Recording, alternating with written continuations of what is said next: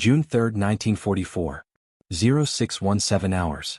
Northern outskirts of Cannes, France. Cold morning mist drifted between shattered homes and broken walls. The front line shifted every hour. German armor probed the corridor that led toward the city center. The constant threat of a Panzer push forced Allied infantry to fortify every ruined street. Artillery had collapsed most of the timber homes into heaps of jagged beams and cracked brick. Patrols moved through this wreckage with caution. Snipers watched every gap.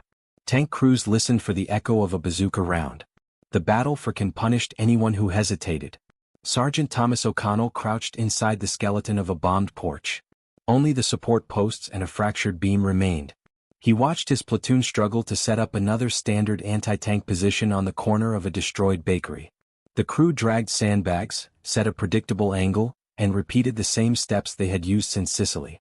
O'Connell had seen those setups fail again and again in this dense environment. German tank commanders learned the rhythm of Allied doctrine. They mapped lines of fire.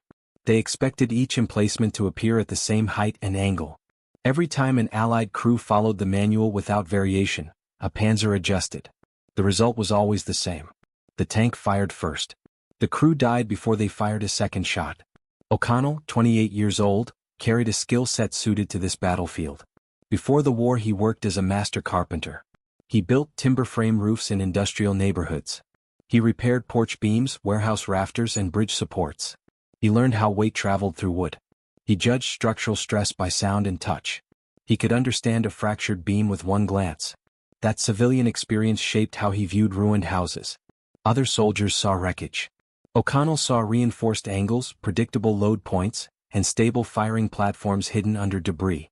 His eye searched for natural lines that no enemy would expect. He noticed a porch beam with a jagged break near its center.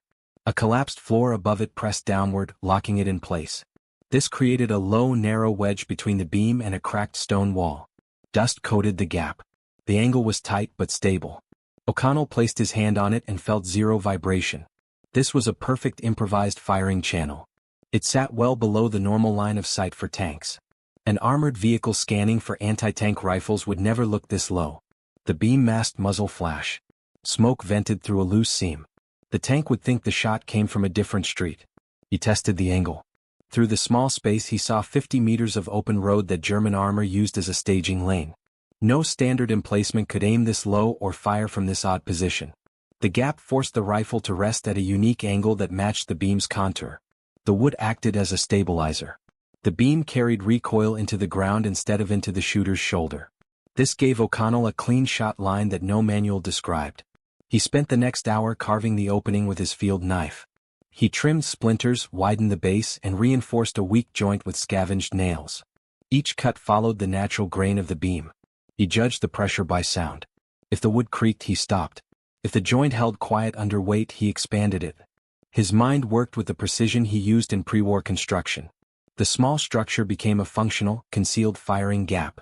When he finished, the beam looked untouched from the outside. Captain Davies arrived during inspection rounds. Davies valued discipline and expected full adherence to doctrine. He studied the beam, frowned, and ordered the structure dismantled. He considered it unsafe and non-standard. He believed any soldier inside it risked being crushed if the beam collapsed. Davies preferred predictable positions that headquarters approved years earlier. His voice carried authority. O'Connell nodded out of respect, but inside he refused to surrender the idea. He had seen too many men die from predictable setups. He cleaned the edges, hid the reinforcement, and preserved the firing gap. He trusted his judgment more than the manual. By afternoon, the battalion command post received warnings of a German armored group shifting south toward their sector. Intercepted reports mentioned a Panzer IV moving with infantry support. These armored pushes often killed dozens of men before the Allies could organize a response. The streets around O'Connell's sector had poor visibility, narrow lanes, and collapsed corners that blocked standard firing angles. The only reliable way to stop a tank was to fire from an unexpected place at an unexpected height. Every crew that tried conventional angles failed in these streets. 2 nights earlier, a bazooka team positioned behind a broken fountain fired at a Panzer approaching from the east. Their shot struck armor at a bad angle. The tank pivoted, spotted their location, and killed them before they reloaded. The next day, a second team tried a sandbag setup in a warehouse corner. Their position fell under machine gun fire before they could aim. Casualties mounted. Command sought better cover, but the urban terrain offered little. Doctrines shaped for open fields did not translate to fractured streets. O'Connell stayed near his porch beam gap and studied the ground again. The angle matched the road. The elevation matched the height of the Panzer's lower hull. If the tank advanced along its usual path, the shot would strike near the crew compartment seam. This weakness was known but hard to reach. Only a shot fired from a low, stable platform could hit it accurately. Regular positions fired too high. He prepared his anti-tank rifle. He wiped dust from the barrel. He checked the bolt. He placed his shoulder lightly against the beam to test vibration. It remained steady. He lowered his breathing. The morning fog thinned, but enough haze remained to mask smoke. The men around him moved sandbags to higher ground, unaware that the lowest and tightest gap held the best defensive potential. German artillery fired sporadically to feel out Allied movement. Shells landed 3 streets away. The blast shook loose dust from the ceiling above him. The beam did not shift. That confirmed the structure could withstand tank vibration passing nearby. O'Connell made small mental notes. Stable beam. Low signature. Clear lane. 0 silhouette exposure. By 1600 hours, the sound of tracks echoed faintly from the east. Scouts confirmed a Panzer IV with infantry screens. Every man in the platoon tensed. Standard procedure required each anti-tank unit to follow preset positions. O'Connell's setup remained unofficial. He sat alone inside the collapsed porch while the others spread out across predictable corners. Davies walked past him with a cold stare. He still viewed the porch beam idea as unnecessary risk. He tasked O'Connell with basic rifle support, unaware of the tactical advantage hidden under the broken wood. O'Connell remained silent. He understood the value of the structure. He waited for the tank to appear. The ground shake grew stronger. Metal clattered. Boots struck pavement. The Panzer moved slowly, using infantry as feelers. The crew expected rockets from second-floor windows. They expected sandbag nests behind corners.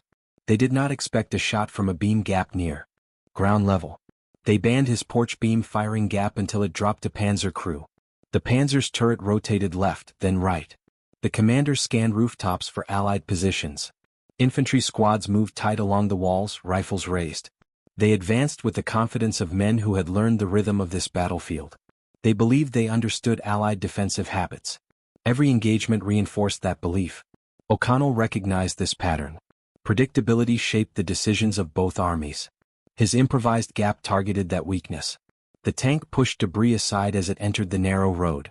Its tracks crushed broken stone and splintered boards. O'Connell steadied his rifle. He waited for the tank to pass a jagged chimney stub that marked his range estimate. When the Panzer reached that point, the angle of his firing gap would align perfectly with the lower crew compartment seam. He tightened his grip and remained still. Infantry passed within 20 meters of his position. Dust-covered boots moved quickly. They saw a collapsed porch with no movement, no barrel, no open line of sight. The firing gap sat too low for a human eye to detect. O'Connell waited. His heartbeat slowed. He blocked out the sound of his own breath. He focused on the tank's left track guard, watching how it tilted while rolling over uneven ground. That tilt would determine the exact alignment of his shot. Captain Davies signaled other teams to hold fire. He intended a coordinated volley. O'Connell ignored it. If every crew waited for the order, the tank would detect the buildup. The Panzer commander would pivot the turret, fire a blind shot, and force the infantry to retreat. Standard tactics relied on perfect coordination. Urban terrain rewarded individual precision. The tank moved closer. O'Connell lowered the rifle a fraction of an inch. The beam held its weight without movement. The muzzle sat deep enough inside the gap that even observers standing directly outside would not see it. He calculated wind. None. Distance. 59 meters. Angle. 8 degrees downward. Expected armor response. 2-second delay before turret correction. The Panzer's hull aligned with the chimney stub. O'Connell inhaled once. He aimed for the weak point just above the hull seam near the driver's side. He pressed the trigger. The round left the barrel in a controlled burst.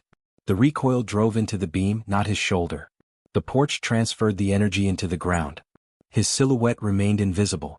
Smoke vented through a loose board, masking the origin of the shot. The impact struck the Panzer exactly where he predicted. The round penetrated the seam, shattering internal components. The driver slumped instantly. The tank lurched. The commander shouted orders. Confusion rippled through the infantry. They did not know where the shot came from.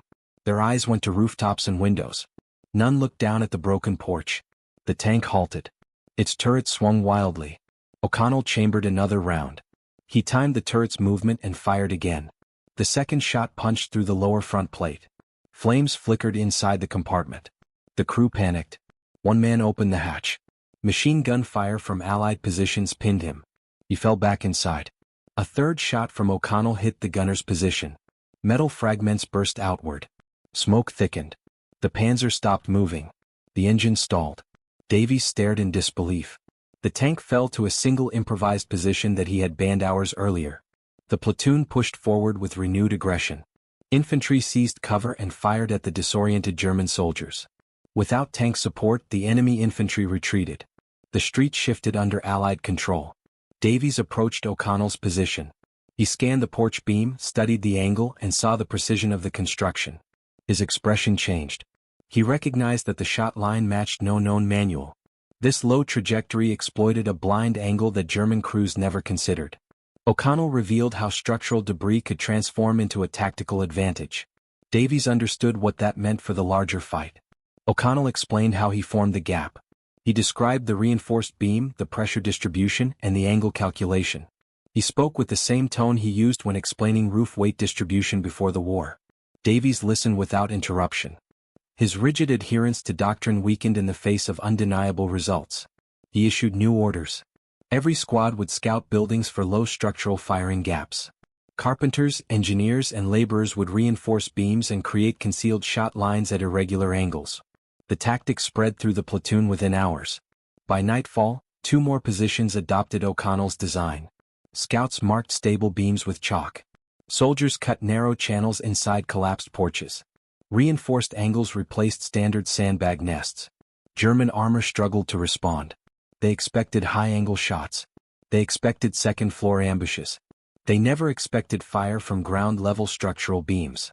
Reports spread to company headquarters. Officers demanded detailed sketches. O'Connell provided rough diagrams on scrap paper. These drawings showed weight paths, reinforcement points, and angles that fit typical street geometry. For the first time in weeks, Allied positions held against armor without catastrophic casualties. Each firing gap required only 1 soldier. Visibility stayed nearly zero. The muzzle flash disappeared inside the wood. Tanks wasted rounds firing at false angles. German crews adapted slowly. They increased shelling of low positions. They fired at rubble piles and collapsed porches. That reaction confirmed the effectiveness of the tactic. When an enemy dedicates fire to unknown threats, the defense gains leverage. O'Connell walked through each street at dawn and studied how shells hit the debris. He found which beams survived and which ones failed. He refined the design further and taught others how to detect stable structures. His platoon followed his guidance. They learned how to test beam strength by tapping the wood lightly and listening for vibration. They learned how to carve gaps without weakening the joint. They learned how to align angles using street markers. The tactic became a routine procedure that cost nothing, required no extra equipment, and produced outsized results in urban combat. The next major engagement came 3 days later. A heavier group of German armor pushed into the district. This time, 6 improvised firing gaps stood ready. Each gap held a rifleman who understood the angle and the shot line. When the first tank entered the sector, it took fire from 4 directions at angles too low and too precise to trace. The crew panicked and reversed. Infantry broke under fire from multiple streets. The armored thrust collapsed. O'Connell observed the fight. He noted how each beam transferred recoil. He watched how the tank reacted when hit from different directions. He recorded distances. He improved each design again. He suggested that platoons mark their best beams on a map for future operations. The company commander agreed. As the days passed, the method spread beyond the battalion. Combined units replicated the design in neighboring sectors. Senior officers recognized how a simple structural trick neutralized the predictable nature of urban anti-tank warfare. They filed unofficial reports highlighting the tactic's success. Although no formal doctrine included beam firing gaps, soldiers adopted them instinctively. The local command center received handwritten accounts from multiple platoons. Each report repeated the same pattern. A single reinforced firing gap created consistent kills or forced armored withdrawal. Standard sandbag positions rarely produced similar results in this environment. Officers began to track casualty reduction. They found that squads using beam gaps suffered fewer losses when tanks advanced through narrow roads. Units relying only on standard emplacements saw higher fatalities. These numbers mattered. They shaped decisions more than theory or doctrine. O'Connell reviewed recovered German documents after a patrol captured a courier. The papers included brief notes from tank commanders. One entry described confusing low-angle fire that seemed to come from under-collapsed structures. Another mentioned shots hitting from impossible positions. These observations confirmed that German crews did not understand the new tactic. They assumed a hidden weapon or a new type of emplacement. None realized it used the natural wreckage of buildings. The ruined neighborhoods around favored the approach. Timber beams, fractured porches, and collapsed floors created countless opportunities. O'Connell walked each sector with small groups of soldiers. He pointed out beams that held structural weight. He warned them to avoid unstable joints where debris shifted unpredictably. These short lessons helped soldiers identify firing points without formal training. They learned to see the battlefield through his eyes. His carpentry background became a resource as valuable as any weapon. A week later, a new challenge reached the Allied line. German forces brought a heavier variant of the Panzer IV with upgraded frontal armor. Intelligence feared that the reinforced plates would neutralize low-angle fire. O'Connell studied the new configuration through binoculars during a reconnaissance moment. He noted that the frontal seam remained present, but shifted slightly higher. The firing gap needed adjustment. He measured distance by lining up the beam with street markers and predicted the new angle. He instructed his men to raise their firing gaps by a few centimeters. They carved fresh channels. They reinforced load points. They widened gaps to support rifles without exposing barrels. These changes required precision. One mistake could collapse the beam. The soldiers followed his instructions exactly. When they finished, each gap matched the revised trajectory. The next armored assault came at dusk. The heavier Panzer variant pushed through rubble with loud confidence. Its engine roar dominated the street. Infantry spread out in protective formation. The tank commander scanned windows, doorways, and higher angles. He did not consider the beams near ground level. O'Connell positioned himself inside a newly reinforced gap. The angle felt higher than before. He waited for the tank to roll into range. The road narrowed near a collapsed stable. Once the tank passed that point, its side plate angled downward enough to expose a thin section near the driver's compartment. O'Connell prepared his shot. He watched the tank's movement and timed the recoil cycle. He fired when the hull dipped over debris. The round struck the exposed plate. Sparks burst. Smoke seeped out. The tank slowed but did not stop. O'Connell fired again. The second shot found the seam. Flames erupted from the hatch. Crew voices filled the street. The tank rolled backward and collided with a stone wall. It stopped moving. This engagement proved that the tactic worked even against upgraded armor. The company commander documented the result in detail. He compared the action to traditional anti-tank methods used earlier in the campaign. The difference in effectiveness was sharp. Traditional ambushes required multiple teams and precise timing. Beam gaps required one shooter and one stable angle. The report traveled up the chain of command. German infantry attempted to suppress low positions in later engagements. They fired at rubble and scattered debris with heavy bursts. This response forced Allied soldiers to adapt. They reinforced gaps with 2 beams instead of 1. They added stones behind weak sections. These adjustments preserved structural strength. O'Connell tested each reinforcement with light pressure and sound checks. His men learned the process and replicated it across the district. During a night operation, a German tank attempted to fire directly at a suspected beam gap. The shell struck the porch but failed to collapse the structure. The reinforcement held.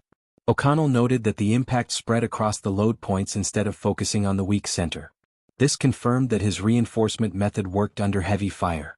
Word of the tactic traveled to engineer units. They requested demonstrations. O'Connell showed them how to identify grain patterns in fractured wood. He explained that certain breaks held weight better than others. Engineers took notes. They measured beam thickness and calculated load capacity. They drew simple diagrams that field units could understand quickly. These diagrams circulated through company-level briefings. O'Connell never sought recognition. He focused on improving each gap and training more soldiers. His platoon came to rely on his judgment. His officers began to consult him before setting up defensive lines. He walked each street and selected positions based on structural strength and visibility. This saved lives. By choosing safe, reinforced gaps, he prevented collapses and ensured stable firing angles. One day, a German armored group attempted a coordinated push across the district. Multiple panzers moved simultaneously through parallel lanes. They intended to overwhelm Allied defenses. O'Connell predicted that the tanks would cluster near a particular junction. He arranged firing gaps in advance across that junction. When the tanks arrived, they faced overlapping angles that targeted their vulnerable points. Shots came from positions too small to detect. The tank commanders fired blindly, hitting walls and debris. They failed to identify the shooters. The armored push collapsed in less than 10 minutes. 3 tanks were disabled. Infantry retreated. O'Connell studied the aftermath. He examined damage to the beams. He took note of how the tanks responded. He adjusted positions again. Each adjustment made the tactic more effective. Civilian structures continued to collapse throughout the campaign due to artillery and tank fire. O'Connell taught soldiers how to inspect beams after shelling. If a beam cracked at the wrong angle, the gap became unsafe. He instructed them to abandon it immediately. Safety mattered. A collapsed structure could kill a rifleman before he fired a shot. During one engagement, a nearby building collapsed without warning due to artillery impact. The beam gap inside that building collapsed too. O'Connell assessed the scene and realized that heavier beams survived better. He updated his criteria. He instructed his men to select beams thicker than a rifle stock. This small rule improved safety across the line. Engineers refining the tactic requested more input. O'Connell explained weight distribution and recoil patterns. They tested variations. They found that angling the rifle slightly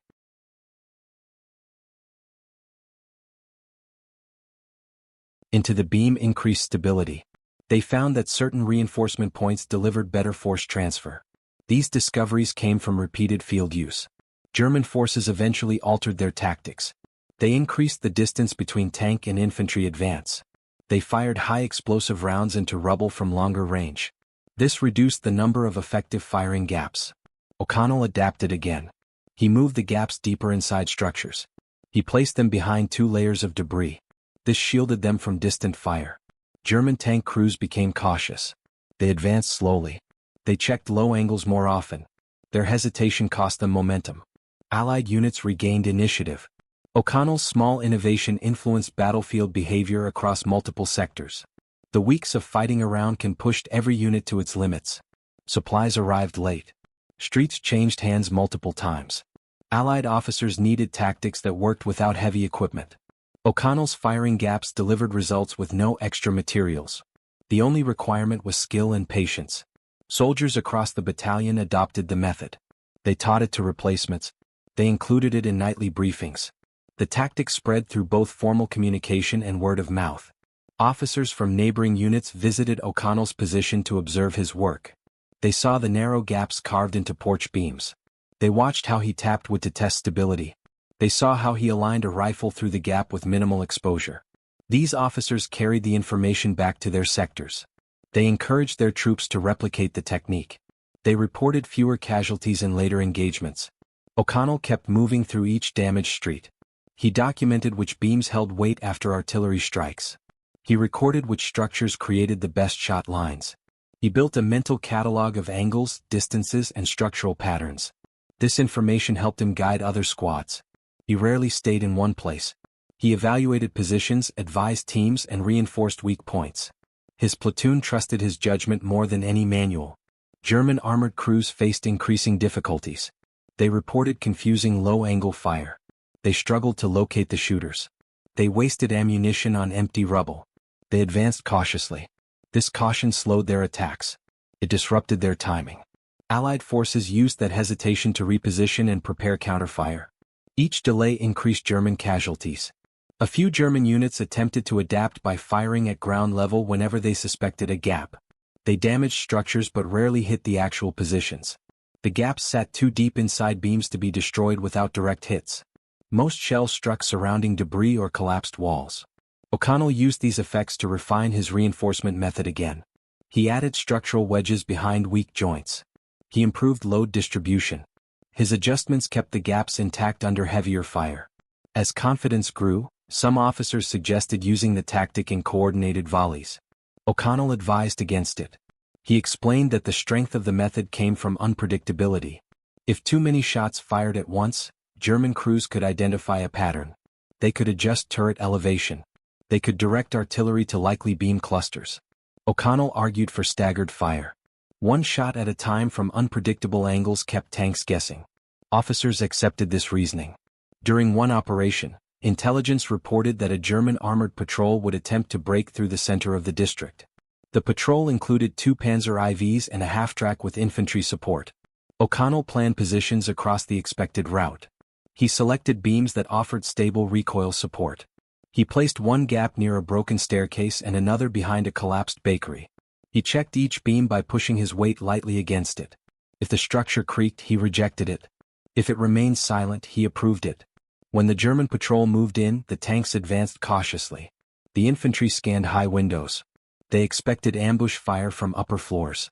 The first tank entered the designated kill zone. O'Connell signaled the riflemen through hand gestures. One rifleman fired from a reinforced gap behind the bakery. The shot struck the tank's side plate. The crew panicked. They rotated the turret to face the wrong building. The second rifleman fired from the staircase position. The round hit a lower plate. The engine sputtered. Infantry scattered under Allied fire. The half-track attempted to push through. A third beam gap waited near a collapsed stable. The rifleman there fired at the driver's compartment. The vehicle swerved into debris. The patrol failed. The armored breakthrough collapsed in less than 5 minutes. Allied units secured the street. They captured documents and equipment. The officers noted again that the firing gaps allowed small teams to stop larger forces. As the campaign continued, senior engineers arrived to evaluate the tactic formally. They interviewed O'Connell and examined his firing gaps. They took measurements and tested structural strength with simple tools. They studied how recoil transferred through beams. They confirmed that the method worked because it used the natural angles created by fractured buildings. They drafted quick guides for other units. These guides included sketches of safe beams, unsafe joints, and recommended reinforcement points. O'Connell read these guides with interest. They captured the basics but missed some finer points. He suggested revisions. He emphasized the importance of grain direction. He explained that certain cuts weaken the structure more than others. The engineers accepted his notes. They updated their diagrams. They distributed the improved versions to multiple companies. German commanders grew frustrated. Their armored units reported unpredictable fire from unknown positions. They attempted deeper reconnaissance. Scouts crawled through rubble and inspected beams. They found nothing. The firing gaps stayed hidden. Only soldiers who knew the exact angle could see them. German crews lost confidence in narrow lanes. They avoided certain streets entirely. This gave Allied units more control over movement corridors. O'Connell never forgot the human cost around him. He walked past destroyed buildings with caution. He noticed the remnants of Allied anti-tank teams who died earlier in the campaign. Their sandbag nests stood exposed and predictable. Their positions followed doctrine and cost them their lives. O'Connell respected their sacrifice. He saw his work as a way to save future teams from the same fate. One day, a German armored column launched a sudden push after a barrage of artillery fire. Their goal was to break through a weakened sector and flank the Allied line. The artillery shook the district. Structures collapsed. Dust filled the streets. O'Connell moved quickly to assess damage. Some of his earlier firing gaps collapsed. Others survived with minor cracks. He identified which ones remained safe. He directed soldiers to rotate into those positions. The armored column approached faster than expected. The lead Panzer entered the first lane. A single rifleman fired from a gap that survived the bombardment. The round struck the driver's view slit. The tank jerked. Smoke rose from the hatch. The second tank advanced to cover. Another rifleman fired from deeper inside a wrecked home. His shot hit the turret ring. The turret jammed. Infantry forced a retreat. The sector held. O'Connell knew that without the beam gaps, the tanks would have punched through. He inspected each surviving gap after the fight. He checked load points with gentle pressure. He marked safe beams with chalk. He marked unsafe ones with a cross. His platoon used these marks to adjust their positions. Hours later, senior officers visited the site. They studied the angles used by O'Connell's teams. They documented distances and line of sight. They asked for a summary of the method. O'Connell explained the logic once more. He described how collapsed structures created natural shot lines. He highlighted how structural grain controlled stability. He emphasized the importance of low visibility and minimal exposure. The officers acknowledged the effectiveness of the tactic. They requested a written description that could be sent to higher command. O'Connell agreed. He sat on a piece of broken stone and wrote a clear explanation. He included details about angle selection, grain strength, and weight distribution. He knew his explanation might not reach formal doctrine, but he hoped it would help other units survive similar battles. O'Connell's written explanation reached brigade command 2 days later. Officers compared his account with multiple reports from the front. They concluded that the firing gap technique increased survivability and improved anti-armor effectiveness in dense urban terrain. They forwarded the summary to divisional staff. Higher command classified the method as an emerging field adaptation. It did not enter official doctrine, but field officers quietly encouraged its use. Engineers continued refining the technique. They built experimental models using scrap wood and rubble. They calculated how recoil transferred into different beam sizes. They found that thicker beams dispersed force better. They confirmed that angled reinforcement reduced collapse risk. They noted that grain direction controlled long-term stability. They used these insights to update their guides. Soldiers across the district received improved instructions. O'Connell continued training riflemen. He taught them how to carve narrow gaps without weakening beams. He showed them how to brace wood with scavenged nails. He demonstrated how to check for hidden fractures. His lessons were simple. Find stability. Find concealment. Find an angle the enemy does not expect. Soldiers applied these lessons in every fight. The tactic became second nature. They found beam gaps instinctively. They set up positions without hesitation. The battle for Caen pushed into its final stages. German forces weakened. Their armor shortages grew severe. They replaced lost tanks with whatever machines remained operational. These vehicles entered the battlefield with nervous crews. They advanced through narrow streets with caution. They stopped frequently to scan for threats. Their uncertainty showed how deeply O'Connell's tactic affected them. During one of the final engagements, a lone German tank attempted to break through an alley. It advanced slowly, firing sporadic rounds at suspected positions. The crew moved in constant fear of unseen shooters. O'Connell watched from a stable firing gap. He remained quiet. He studied the tank's movement. He timed its pace. When the hull dipped over uneven debris, he fired. The round hit the lower side plate. The tank halted. Smoke rose. The crew abandoned the vehicle and fled. Allied infantry captured them moments later. After the battle, O'Connell stood beside the tank and examined the impact point. His shot hit exactly where he aimed. The angle of the beam gap controlled the trajectory. The stability of the structure transferred recoil safely. His pre-war carpentry skill, applied in the harshest environment, stopped another armored threat. The district stabilized. Allied units pushed deeper into the city. O'Connell's platoon received new assignments. They moved to fresh sectors with different structural patterns.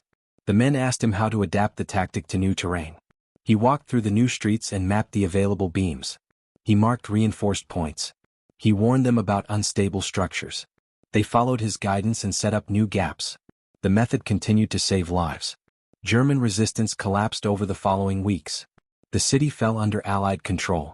The firing gaps played a quiet but significant role. They prevented armored breakthroughs.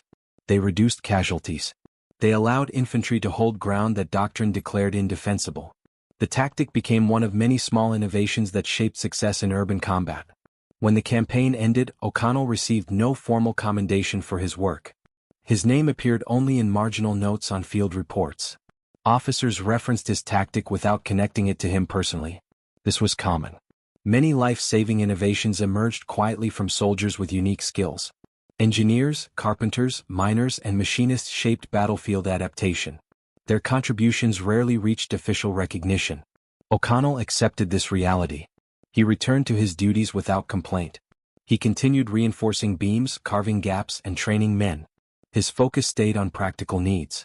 He saved lives because he understood structures, not because he sought praise. His platoon remembered him as the man who turned shattered timber into a weapon. Months later, when the unit rotated to a rear area, new recruits studied diagrams of reinforced firing gaps. They believed the method came from higher command. Few knew it began with a carpenter who refused to rely on predictable doctrine. Few knew his superiors banned the idea before it proved itself. Few understood how many lives it saved. Years after the war, veterans gathered and shared stories. Some remembered improvised firing gaps. Some recalled the first time they used one.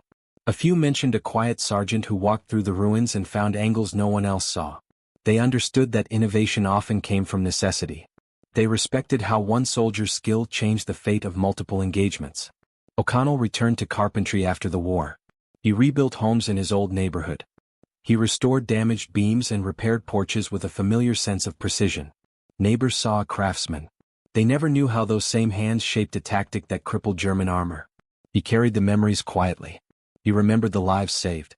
He remembered the soldiers who learned his method. He remembered the moment his gap dropped the Panzer crew that changed everything. He never sought recognition. He valued stability. He valued the chance to build again instead of tear apart. His wartime innovation never reached textbooks. It existed only in scattered reports and fading memories. But the soldiers who survived because of it never forgot.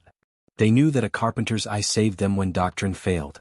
The firing gap remained a minor but significant example of battlefield adaptation. It showed how civilian skills transformed into tactical advantage. It revealed how rigid doctrine could fall to practical ingenuity. It demonstrated that in urban combat, small innovations mattered as much as major strategies. The tactic helped shape the outcome of multiple engagements. It proved that sound judgment and resourcefulness could overcome armored power. O'Connell lived a quiet life after the war. He worked in construction. He raised a family. He taught apprentices how to identify stable beams and safe load points.